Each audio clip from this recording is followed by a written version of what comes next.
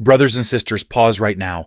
The revelation coming in these next minutes will freeze your blood and send your pulse racing. What unfolded before the eyes of the entire planet was a clash unlike any other in our time. An American Pope standing face to face with the President of the United States and stating, without hesitation, that the choices being made were driving humanity toward the edge of ruin. Picture the Great Hall of the United Nations fallen into absolute stillness. Cameras from every continent locked onto the figure in white. Then the words rang out, sharp and unexpected. While conflicts are fed, nations threatened, and violence treated as ordinary, children perish, families shatter, and the clock of final judgment draws nearer to midnight. I have watched many public confrontations in my years, yet none carried the weight of what followed. It was no ordinary political exchange. It became a battle of spirit, conducted in full view of the world. Hard words were spoken, hidden matters brought into the light. One man's stubborn pride cracked. The other's quiet courage kindled a fire of conscience in countless hearts. And here is the part that still stops me cold. The story did not close in bitterness or defeat. It closed in change, tears, a world leader sinking to his knees, and an open admission of error before both God and humanity. If this message reaches you, friend of the faith, press that red subscribe button and stay with us. Tell us in the comments the city where you watch and the name by which we may remember you in prayer. To grasp how such a moment arrived, we must step back to the hours before it began. Dawn broke over New York under a low, heavy sky. Thick clouds pressed down on the towers along Fifth Avenue, and a sharp wind carried the scent of approaching rain. Inside the United Nations compound, security teams moved with unusual tension. Diplomats checked their notes one last time, while technicians fine-tuned cameras and translation systems in the General Assembly Hall. No one present that morning foresaw that the day would place two powerful Americans opposite each other, both certain of their own rightness. Yet only one prepared to risk everything for the truth. In the luxurious suite of the Lotte New York Palace, Pope Leo XIV stood by the window contemplating the threatening horizon, holding the manuscript of his speech in his hands. His white cassock contrasted dramatically with the stormy sky outside. Beside him, Monsignor Giuseppe Marchetti held a heavily annotated copy, his hands trembling with anxiety. "Holy Father," Giuseppe asked in a quiet, worried voice, pointing to a specific paragraph in the speech. "Are you completely sure you want to keep these words about President Trump? We know perfectly well how he reacts when someone confronts him publicly." Pope Leo XIV turned his gaze back toward Manhattan, where the fog was beginning to swallow the tops of the buildings, like ghosts disappearing into nothingness. "Giuseppe, if I do not speak clearly now, precisely at this moment, when the entire planet is paying attention, then when? While we speak, wars expand, nuclear arsenals become threats once more, dictators torture their own people, and the leader of the free world acts as if he were directing an apocalyptic reality show." His voice was heavy with a profound pain that came from the deepest depths of his soul. Russia invades sovereign nations. Iran crushes protesters in the streets. China silences voices. And the President of the United States, instead of becoming a beacon of hope, throws gasoline on the flames.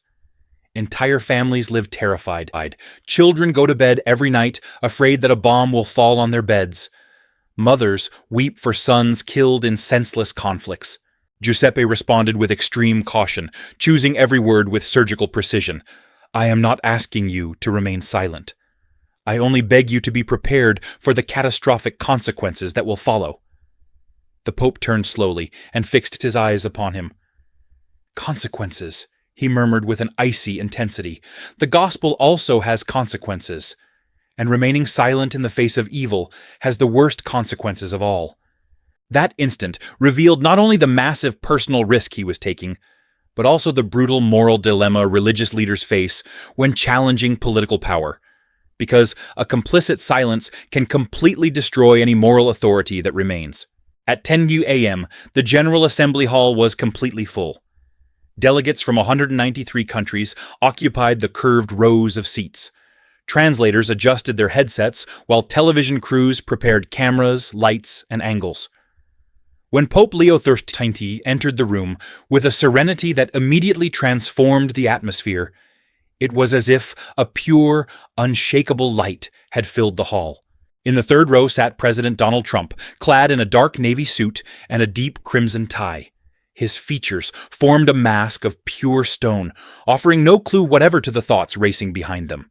The Holy Father opened gently, speaking of creation itself as a sacred trust placed in human hands. That early tone carried the warmth of a shepherd steadying restless hearts. Yet, bit by bit, the voice deepened, grew urgent, and took on the unmistakable ring of prophecy. Brothers and sisters, leaders of nations, we face a crisis we can no longer dismiss behind the convenient shields of sovereignty or economic gain. It is an existential threat that endangers the survival of our very species. From his distant seat, Giuseppe noticed Trump lean sideways and murmur something to his national security advisor. The advisor's body stiffened, as though struck by a sudden jolt. The Pope's intensity continued to rise until the very air in the hall seemed to tremble. In these recent years, we have watched armed conflicts treated as mere contests of power. We have watched leaders brandish nuclear threats the way children wave toys. We have watched dictators slaughter peaceful demonstrators while the so-called civilized world stays silent and cowed. A dense, almost physical silence settled over the chamber. Lenses tightened on the pontiff's face, brow drawn tight, eyes alight with unyielding moral fire. And when those same leaders justify such deeds in the name of security or public order, he pressed on, voice steady and strong, I am compelled to ask, what security can ever rest upon piles of the dead? What order is purchased through terror and systematic cruelty? He paused, deliberately, then lifted his gaze and fixed it straight upon Donald Trump. The look cut through every barrier of practiced indifference. There are men in this very hall, he declared, each syllable heavy as molten metal, who present themselves as champions of liberty and democracy, men who lift Bibles high at campaign rallies to gather votes. Yet the policies they pursue stand in direct opposition to the teaching of Christ. I will not keep silent before such open hypocrisy. The Gospel of Matthew, chapter 25, verse 35, states clearly, I was a stranger, and you welcomed me. It does not say, I was a stranger, and you first threatened me with missiles before deciding whether mercy was deserved. Color rose sharply across Trump's face. His fingers clamped the chair's armrests until the knuckles shone bone white. He shot rapid, strained glances toward the advisors clustered nearest him. At that moment, the Pope set every diplomatic restraint aside. His words rang through the hall with unbreakable firmness. Mr. President Trump, the course you have chosen does not lead this planet toward greatness. It drives it toward chaos. Each time you threaten a nation with total destruction, each time you mock agreements of peace, each time you exalt military might above patient diplomacy, you move humanity one step nearer the final brink. The entire room seemed to have stopped breathing. Even the translators hesitated for a moment, as if doubting whether they had heard correctly. The Pope continued, Russia has already invaded sovereign territories, violating all international laws. Iran brutally suppresses its own people, who only cry out for freedom. And what does the leader of the free world do? He feeds the fire. He threatens, provokes, and incites. The pontiff stood completely upright, his white cassock shining beneath the intense camera lights. 2,000 years ago, another political ruler tried to silence a message he found uncomfortable. Pontius Pilate had all the power of Rome behind him, armies, wealth, the ability to crush any opposition. And yet, the truth he tried to destroy survived, not because it had armies of its own, but because there are truths stronger than any empire, more enduring than any dictator. When the Pope concluded his speech with a passionate plea for world peace and moral leadership, the entire hall erupted into a deafening ovation. Delegates rose to their feet. Applause vibrated through the walls of the General Assembly. But Trump remained seated. He and his entire team remained as motionless as marble statues, their faces reflecting only hostility. Nobody expected the response to come so quickly. Barely 2 hours after the speech ended, Giuseppe's phone began vibrating endlessly. Notifications appeared one after another. He looked at the screen and felt his heart sink. Trump had just posted a message. The so-called Pope just attacked the United States and our sovereign policies at the UN. A massive lack of respect. The Vatican receives millions of dollars thanks to patriotic Americans. Perhaps the time has come to reconsider our generosity. Nobody insults the United States, not even someone dressed in white. America first. The world seemed to tilt beneath Giuseppe's feet. He ran immediately to the room where the Pope was preparing for the afternoon sessions, entering almost out of breath. "Holy Father, Trump has responded, and he has been extremely aggressive." He handed him the phone with trembling hands. The Pope read the message once, then a second time. His expression remained completely serene, but for a fraction of a second, something flashed in his eyes. A mixture of deep sadness, pain, and a determination that was beginning to harden like tempered steel.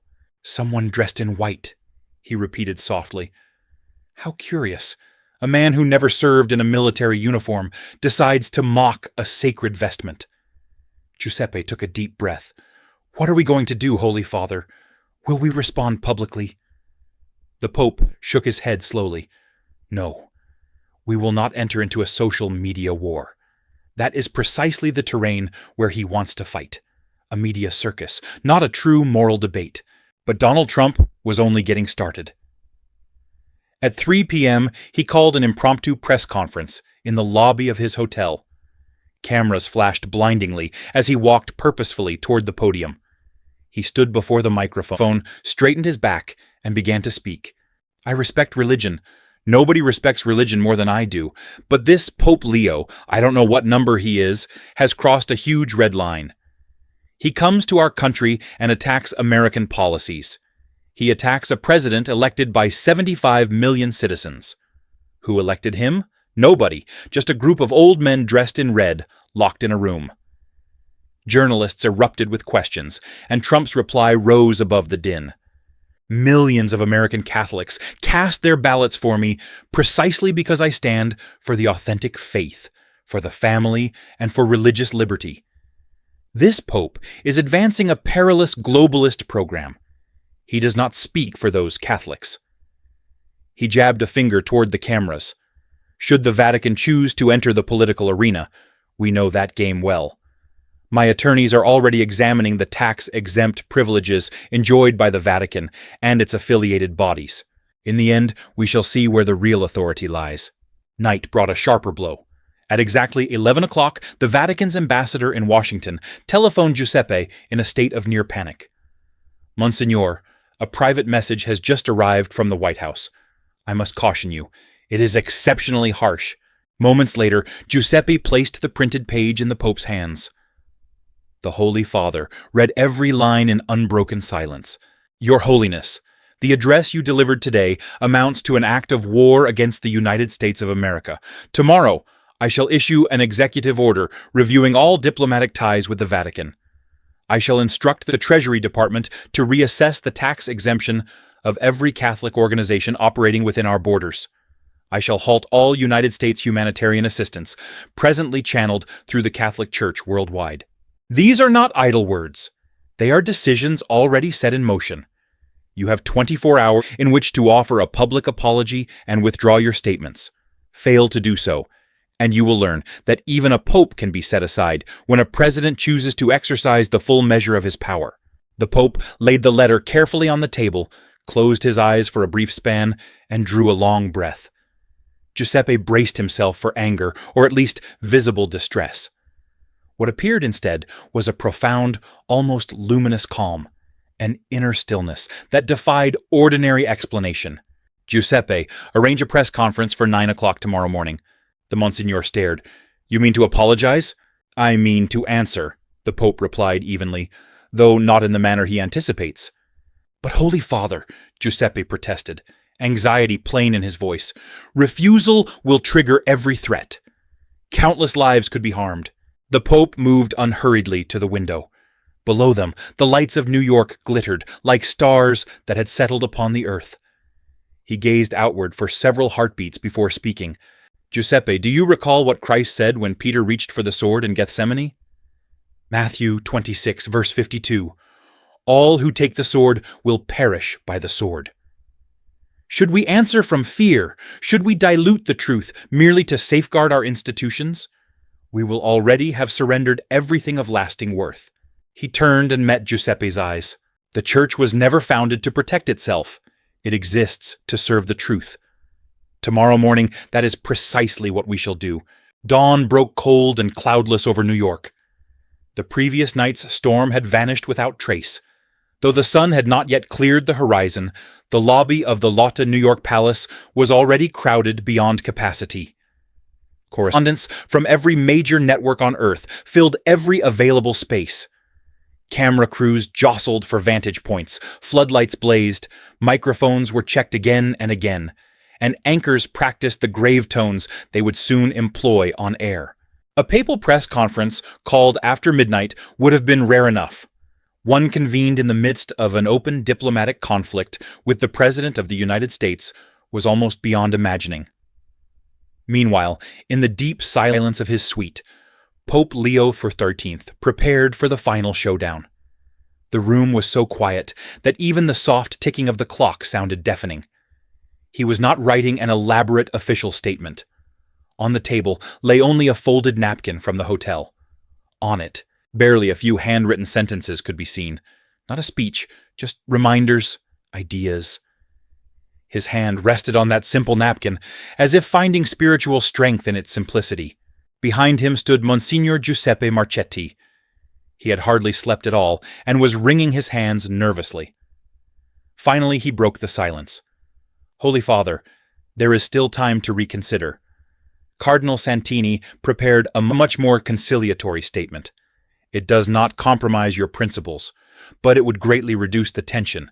You could read that text. It would calm the situation." The Pope turned slowly. From the window, he watched yellow taxis driving down Madison Avenue like tiny comets crossing the city. His face reflected genuine affection toward Giuseppe, almost paternal tenderness, but also an inner firmness that made the Monsignor tremble. "Giuseppe, there are moments in human history when the moderate path ceases to be the right path. Moments when silence becomes cowardice. Moments when diplomacy ends up being complicity. Today is one of those moments." Giuseppe insisted, his voice sounding desperate. "But Trump is not just angry. He is preparing measures that will destroy our missions all over the world. The poor will be the ones who suffer directly." The Pope placed a hand on Giuseppe's trembling shoulder. "I know that perfectly well, and that is precisely why I must speak out. Not for myself, nor for the Vatican as a political institution, but for those who have no voice, for those who have no power to defend themselves. If I allow fear to direct my decisions right now, then the call of Christ will become nothing more than an empty religious slogan." At exactly 9:02 a.m., the doors to the hotel conference room opened. The Pope walked in with absolute serenity. The flash of hundreds of cameras lit up the room like a lightning storm. Journalists stood shoulder to shoulder. Microphones pointed toward the figure dressed entirely in white. There was no grand papal lectern, no golden Vatican seal, no throne. Only a simple table, a microphone, and a man dressed in white. The Pope began speaking in English with a soft American accent. "Good morning. Thank you for coming on such short notice. I know many expect to hear my response to President Trump's message." The silence was total.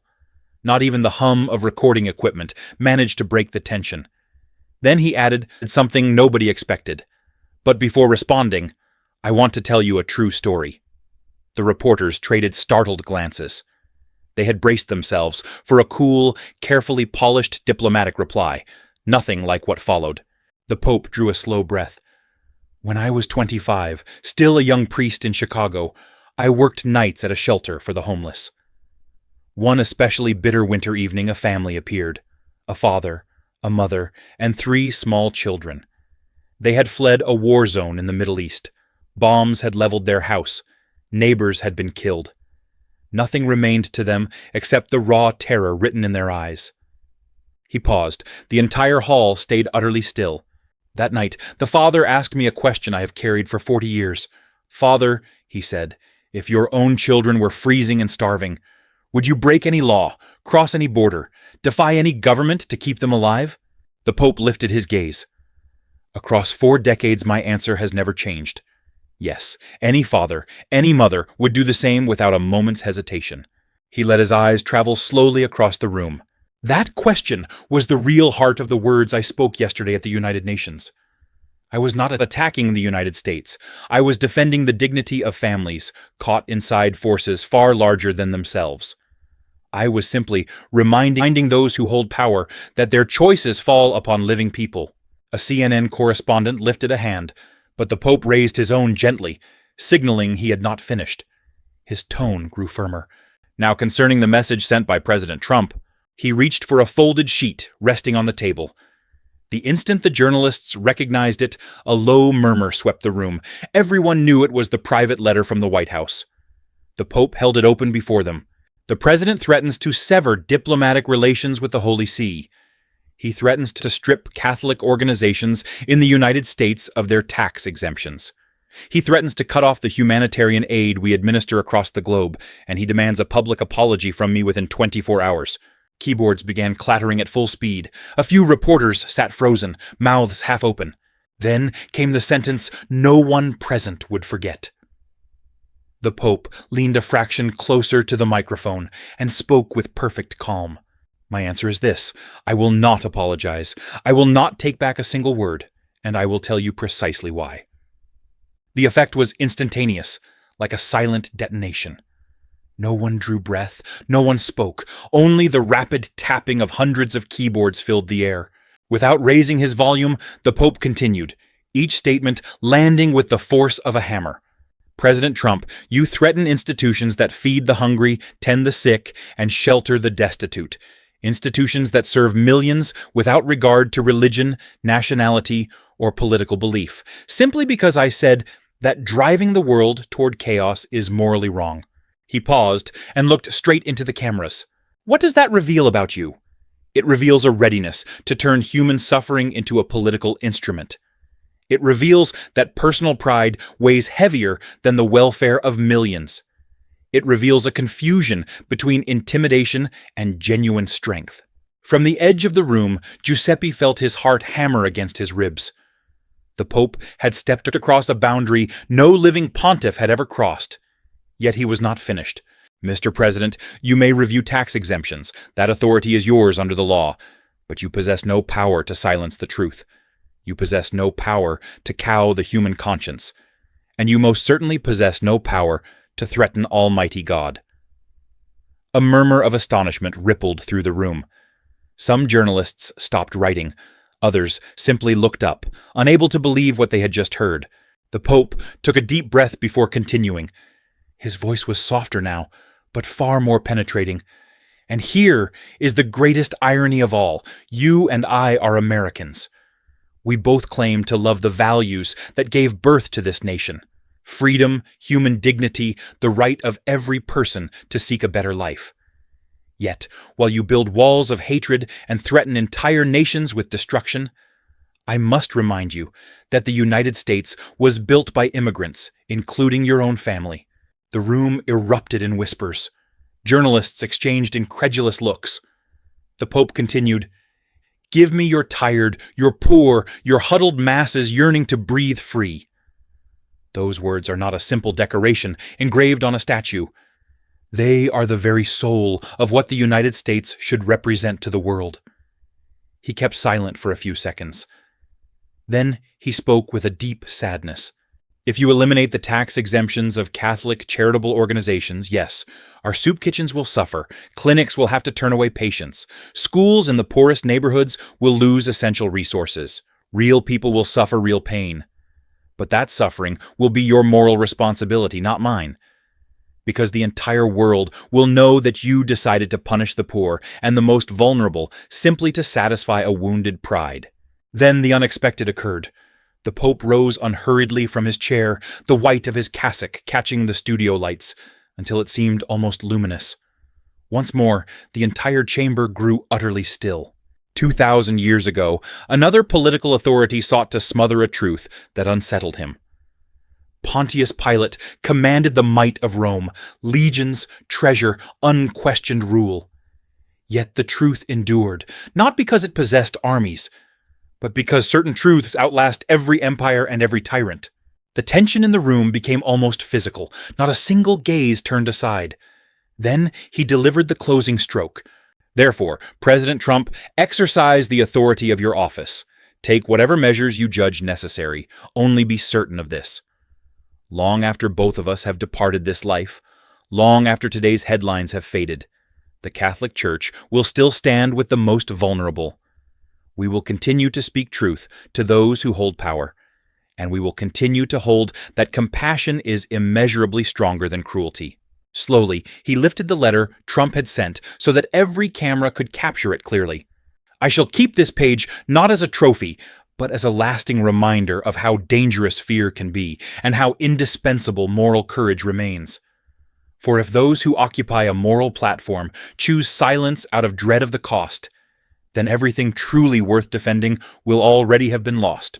He returned the letter gently to the table, drew one final breath, and closed with these words: May God bless every person of goodwill.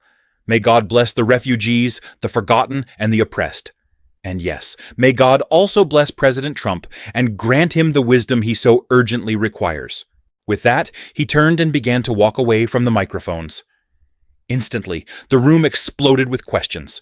Holy Father, do you not fear the consequences? How will the White House react? Are you afraid of Donald Trump? The Pope halted and turned back with deliberate calm. The journalists fell silent at once. His reply was short, yet it would be remembered for years. I fear many things. I fear failing God. I fear falling short for those who suffer. But I do not fear Donald Trump. He added nothing more and left the chamber, leaving the watching world in stunned silence. The following 48 hours felt like a global tremor. Networks replayed segments of the conference endlessly, in airport lounges, coffee shops, hotel lobbies, waiting rooms, and private homes. The image of the Pope holding Trump's letter filled every screen. Front-page headlines declared, "The Pope refuses to apologize. Worldwide confrontation. Trump threatens total retaliation."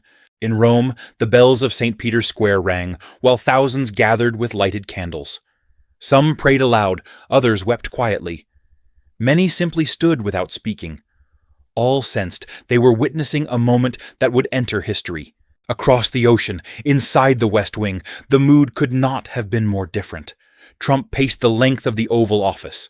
Each time the Pope's face appeared on the television, he raised the volume, shouted, waved his arms, and cursed. He insulted me. He turned my own family's story against me. He claimed I mistake intimidation for strength. He humiliated me before the entire planet. His advisors remained seated in absolute silence. None risked interrupting. Everyone understood the conflict had moved beyond ordinary politics into something intensely personal. And when Trump took a matter personally, his reactions could become wholly unpredictable. Finally, the National Security Advisor gathered enough courage to speak. Mr. President, we understand your anger completely, but we must think about the long-term consequences. If you sign those executive orders now, the diplomatic and economic repercussions could be devastating. Trump slammed his hand hard on the resolute desk. I don't care. Prepare the orders. I will sign them within an hour. It was then that someone knocked softly on the door. A few seconds later, the door to the Oval Office opened slowly. It was Sarah Chen, the Chief of Staff. Normally a calm, methodical woman who always maintained control, today there was something different on her face. She appeared nervous, almost hesitant. She approached the president with caution. Sir, before you make a decision, there is someone who wishes to speak with you in private. Trump looked up with evident distrust. Who? Sarah turned her eyes back toward the door. The First Lady. Trump blinked in surprise. Melania rarely intervened in political matters, much less in a crisis of this magnitude. An instant later, she appeared at the door. She was dressed with her usual elegance, but her expression was completely different, conveying a seriousness that brought the entire room to an absolute standstill. She looked at the advisors, then spoke softly. "Could you leave us alone?" Nobody answered. One by one, they left the office. The door closed with a faint click. Now it was just the two of them. Melania walked slowly until she was standing in front of her husband. Trump stood up almost instinctively. He knew this conversation would not be easy. Melania took a deep breath, then spoke. "Donald, I need you to listen to me. Really listen to me." Trump tried to respond, but she raised a hand. "Please, let me finish first." There was something in her eyes, something vulnerable, yet at the same time completely firm. That was enough to keep Trump quiet. Melania took another step forward and uttered words that nobody inside the White House could ever have imagined hearing. "You are wrong. Completely wrong." Trump stared at her as if he hadn't understood. "Wrong? About what?" "About the Pope." Trump responded immediately. "He attacked me." Melania shook her head slowly. "No. He defended peace. He defended families like mine, like yours, before you achieved success." She paused briefly, then added, "Have you forgotten that I was an immigrant? Have you forgotten that your own grandfather arrived from Germany with absolutely nothing?" Trump averted his gaze, passing a hand slowly over the back of his neck. "This is politics, Melania. You don't understand how these things work." She took another step toward him.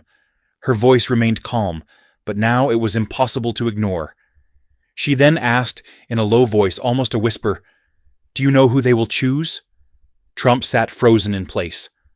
Melania answered in his stead, "They will not choose you." Those 5 words struck the president with greater force than any poll, any front-page headline, or even the Pope's own address. Melania drew a steady breath. Her voice grew quieter still, yet more composed. "This conflict with the Pope is not a contest of power. It concerns the man you choose to become and the way history will one day speak of you. Do you wish the record to show that you punished the poor out of anger? That you allowed children to suffer merely to score a point in an argument?" Slowly, Trump lowered his gaze. Melania almost never discussed politics. Precisely for that reason, her rare interventions carried a gravity no one could dismiss. For several long seconds, neither spoke. Only the measured ticking of the Oval Office clock filled the silence. Then a small yet decisive shift occurred. For the first time since the confrontation began, Donald Trump offered no answer at all. Melania stepped back, rested a hand lightly on her husband's arm, and whispered, "Think carefully, Donald. Do not think of winning. Do not think of pride. Think of what is right." She left the room with unhurried steps. The door closed behind her. Trump remained seated at the resolute desk for many minutes, eyes fixed on the American flags that hung behind him. Motionless, wordless, making no request for the prepared executive orders. That same afternoon, while the world waited in collective suspense, he lifted his phone and opened the X application. Several drafted posts already waited on the screen, each aimed at the Pope. One threatened to strip the Vatican of every diplomatic privilege. Another labeled him a puppet of global interests. His finger hovered above the publish button. 1 minute passed, then another. Without uttering a sound, he deleted the first message, then the second, and finally the third. Hours later, a message appeared that no one had anticipated. An announcement that reversed the entire direction of the crisis. "I have reflected deeply over these past few days. I will invite Pope Leo XIV to the White House for a private meeting. It is time for 2 Americans to speak honestly, without cameras, without theater. Dialogue, not war." The internet erupted at once.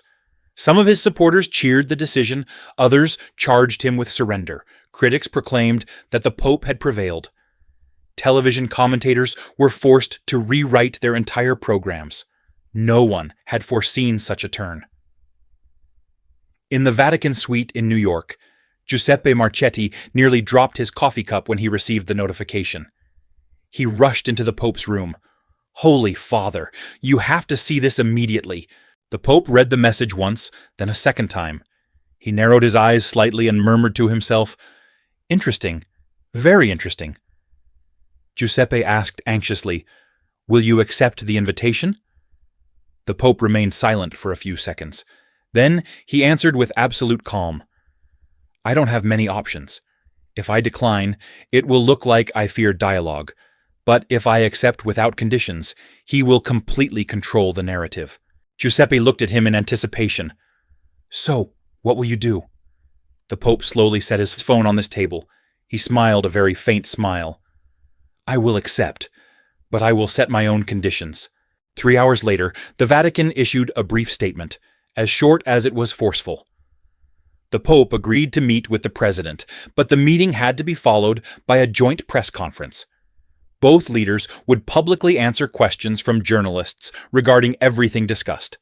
The statement concluded with a phrase that went around the world: "Transparency cannot be selective." When Trump's advisors read those conditions, they panicked. This was not what they had imagined, but the invitation was already public, and backing down would make the president look fearful. With evident displeasure, Trump ultimately accepted, between gritted teeth, without enthusiasm, but he accepted. On a cold Wednesday morning, Pope Leo XIV arrived at the White House. The Marines presented arms, while cameras flashed blindingly. Outside the main gate, thousands of people had gathered, some holding signs supporting the Pope, others defending President Trump. All shared the same realization. They were about to witness a historic moment inside the Oval Office. Donald Trump stood waiting, trying to project confidence. However, his expression revealed an unmistakable nervousness. His chief of staff approached discreetly and whispered, "Sir, let him speak first. Listen to him. Do not turn this meeting into a battle over who wins or loses. Turn it into an opportunity to understand." At that precise moment, the doors swung open. The Pope entered with measured steps, and an unusual quiet settled over the room. For several seconds, the two men simply regarded each other. Both were Americans. Both stood nearly the same height. Both were accustomed to guiding millions, yet the sources of their authority could not have been more different. Trump moved first, offering his hand. "Holy Father, welcome to the White House." The Pope returned a calm smile and clasped the hand firmly. "Thank you for the invitation, Mr. President." They seated themselves, the historic resolute desk between them. With a brief gesture, Trump dismissed every advisor. The door closed, leaving only two figures, one in a dark suit, the other entirely in white. The opening minutes passed in careful courtesy. Trump remarked on the clarity of the earlier address. The pontiff expressed gratitude for the meeting. The polite exchange did not last long. Trump broke the silence with a deep breath and spoke without polish. "I will be frank. I disliked what you said intensely. You made me appear foolish before the entire world." The Pope answered in complete composure, "Humiliation was never my purpose. I sought only to call attention to policies I believe endanger the peace of the world." Trump answered at once, "And where is the distinction? My decisions are who I am." The Pope folded his hands slowly. "No, you are far more than any single decision. You remain a man able to change, to grow, to become something better. Do not permit your poorest choices to become the full measure of your character." Trump sat motionless. The words clearly caught him off guard. The Pope continued, "Your grandfather came to this nation in search of opportunity. Can you see now why so many desperate families still risk borders? They pursue the same chance he once sought." Trump rose, crossed to the window that overlooked the rose garden, and remained there in silence for several moments. The Pope waited without interruption. At last, Trump spoke again, his voice lower and markedly more human. "Would you like to know my greatest fear?" The Pope inclined his head. "Being forgotten. Being remembered only as a mediocre president, someone who accomplished nothing of real consequence. I want to leave a legacy." A warm smile crossed the Pope's face. "Then construct a legacy of compassion. It will outlast any wall and any threat." Their conversation stretched across several hours. They discussed the prospects for world peace, the condition of the climate, matters of faith, and the heavy responsibility of guiding a nation. Little by little, the earlier tension eased. For the first time, neither regarded the other as an adversary. Small, long-buried pieces of shared humanity began to surface. Fragments previously covered by pride, by fear, and by the constant pressure of power. When they at last stepped out to face the joint press conference, the change in both men was unmistakable. They were not close friends. Substantial differences remained. Yet they were no longer enemies. Trump spoke first.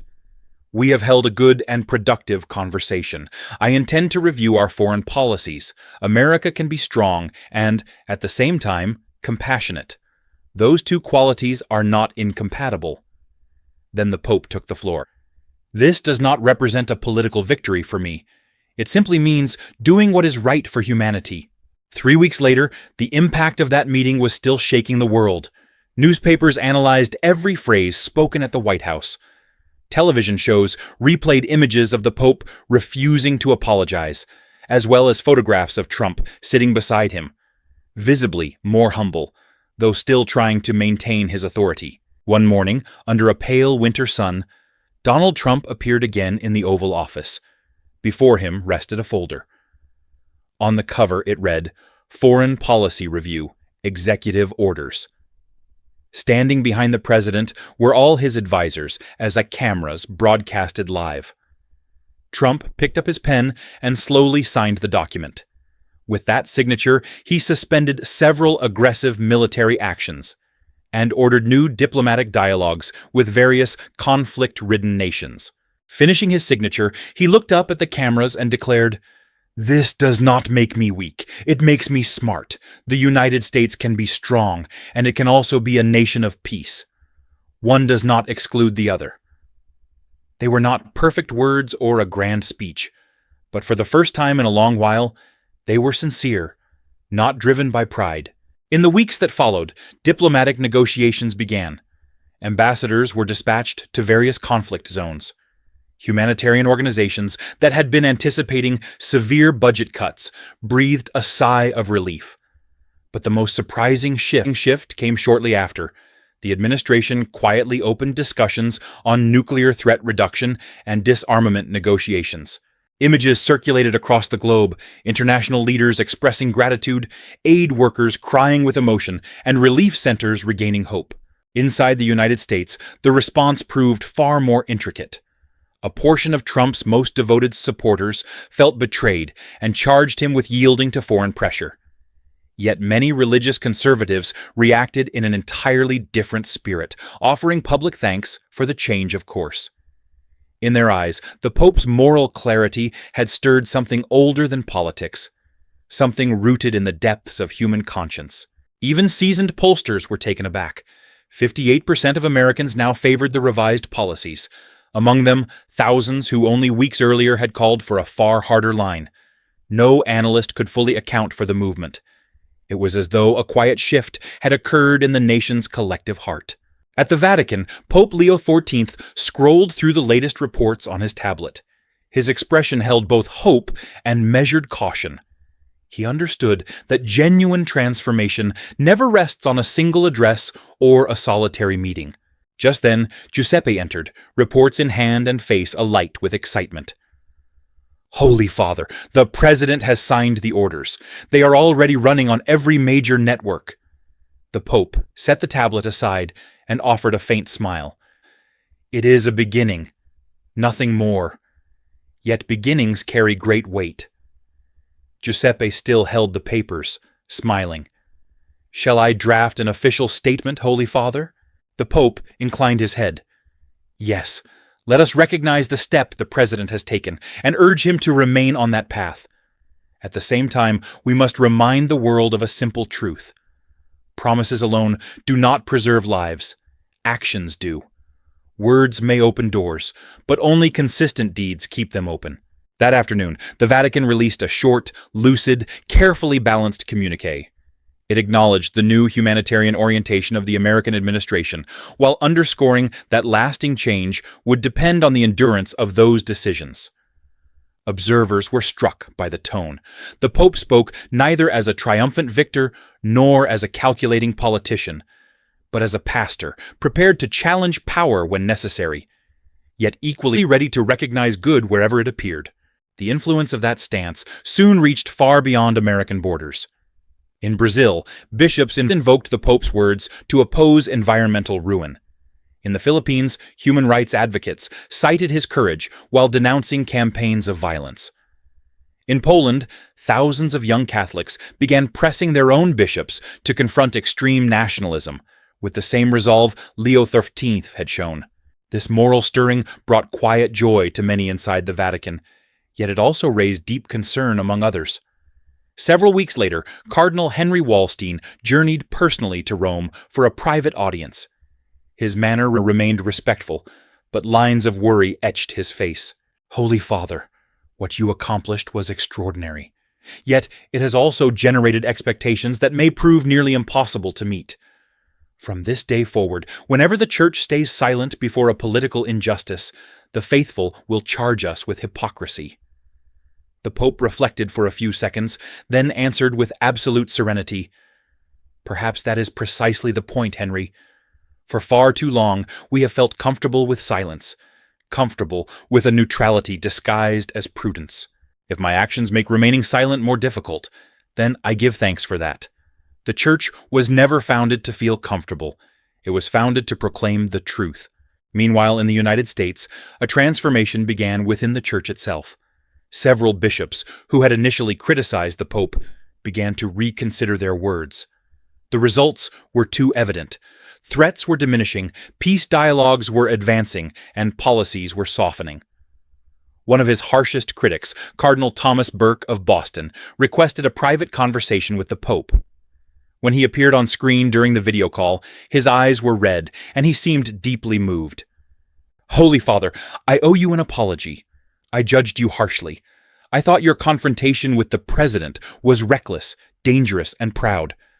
Now I understand that it was absolutely necessary. You saw something I was unable to see. You understood that sometimes the greatest danger of all is remaining silent." The Pope smiled affectionately. "Thomas, we all struggle to discern the difference between prudence and cowardice.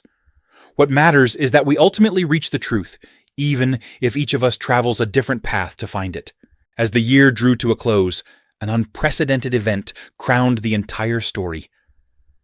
The White House shone under golden lighting as millions of people around the world followed the live broadcast.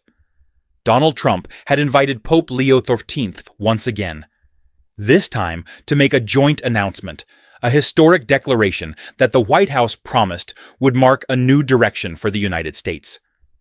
The room was packed. Ambassadors, religious leaders of various faiths, diplomats, international representatives, and cameras from every major global network pointed toward the stage. 2 chairs had been placed side by side, one for the president, the other for the Pope. When both entered together, the entire room immediately rose to its feet in spontaneous applause. Trump walked in his trademark dark suit and red tie. Beside him, the Pope's white cassock seemed to glow beneath the room's chandeliers. They took their seats. Trump took a deep breath and began to speak, his voice sounding different, more humble. "Today marks a turning point, not only for the United States, but for the entire world.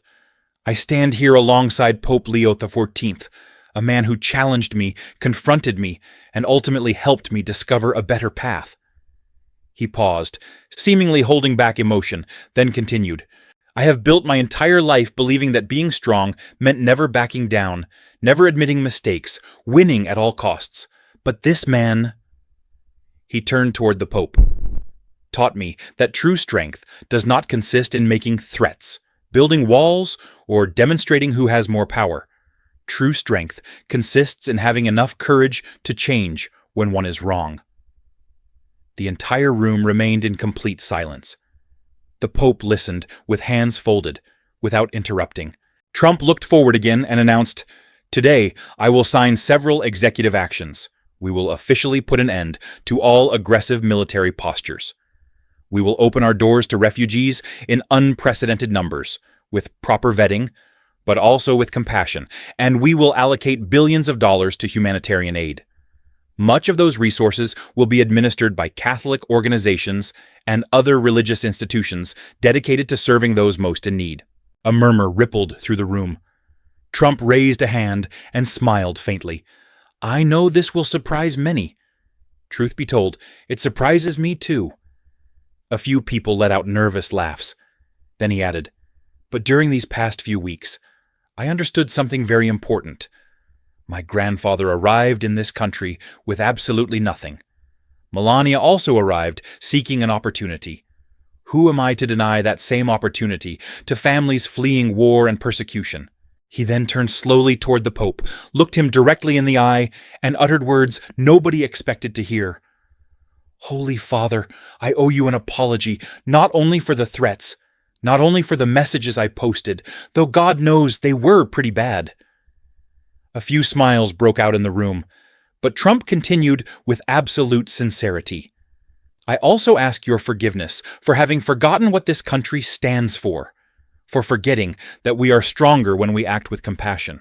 The Pope slowly rose from his chair, and the entire room fell dead silent once more. Nobody breathed, nobody looked away. With an expression full of serenity, he observed the President of the United States for a few seconds before speaking. Mr. President, the courage you demonstrate today is greater than any army, greater than any weapon, greater than any display of military power. Because admitting a mistake before the world, publicly changing course, and accepting the consequences of doing what is right, that is true leadership. He approached Trump slowly, placed a hand on his shoulder, and continued in a voice full of warmth. I never confronted you to destroy you. I did it because I believed, and still believe, that you are capable of achieving far greater greatness, not the greatness of power, but the greatness of service. Trump's eyes began to fill with tears. Cameras captured every gesture, every emotion, every silence. The Pope turned slowly toward the audience, his voice regaining that prophetic force that had shaken the United Nations. What we witness today proves that no one is beyond redemption, that pride can be transformed into humility, and that even the hardest heart can open when it allows the truth to enter. Then he looked directly into the cameras, as if speaking to the entire planet. To every leader watching us right now, whether you govern a nation, a company, a school, or a community, this is my message. Change is possible. Growth is possible. Redemption is possible. He then directed his gaze beyond the room, as if speaking directly to all world rulers. To President Putin in Russia, choose peace over conquest. To the supreme leader of Iran, choose freedom over oppression. To President Xi in China, choose dialogue over imposed silence. And to every dictator, every tyrant, every ruler who uses fear to retain power, the world is watching you, and more importantly, God is watching you. The room erupted into a deafening ovation. Everyone present stood up. Some wept, others prayed, many simply applauded, unable to contain their emotion. Trump stood motionless, visibly moved. Then, something completely unexpected occurred. The president took a step toward the Pope and held out his hand. The pontiff took it, and together they raised their joined hands before the cameras. The image traveled around the world, immediately becoming a symbol of reconciliation, hope, and the possibility that even the deepest divisions can be overcome. That confrontation between Pope Leo XIV and Donald Trump did not solve all the world's problems. That would have been impossible. But it left a lesson nobody would ever forget. It proved that power needs a conscience, that faith can still challenge politics, and that dialogue remains capable of transforming even the most difficult conflicts. Politics continued, differences continued, but something had changed forever. The world was reminded that moral courage still matters, that truth spoken firmly can alter the course of history, and that even those who have lived for years dominated by pride can still reunite with their humanity. As the years went by, historians would return to that episode time and again, writing, "It was the moment a pope challenged a president, not to defeat him, but to awaken him. It was the moment faith proved it could still move mountains, or at least soften hearts that had forgotten how to bow. It was the moment the world remembered that imperfect people can still choose to do the right thing. Because true leadership is never measured solely by power. It is measured by the courage to change when conscience demands it.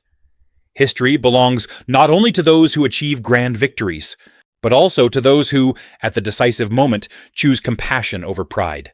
At the close of the White House ceremony, Pope Leo XIV remained still for a long while. Quiet tears traced paths down his aged face. Then he lifted his eyes toward the sky and, in a voice broken by feeling, offered a final prayer. Heavenly Father, on this sacred day, when we have seen the power of change and redemption, I stand before you with a heart marked by the world's sorrow, yet also lifted by hope. Lord, we have watched leaders choose the road of violence, yet we have also watched hardened hearts open to your light. We have watched nations torn by hatred and bridges raised through courage. Father, touch the hearts of every ruler on earth. May those who hold the power to begin wars choose instead the wisdom of peace. May those who scatter division discover the strength of unity. May those who raise walls learn, through us, your church, to build bridges. Grant us the courage never again to stay silent before injustice. Give us the wisdom to know when to speak and when to listen. Give us the love that recognizes your image, even in those whose thoughts differ from our own. May this moment mark not the end of a journey, but the start of a new one.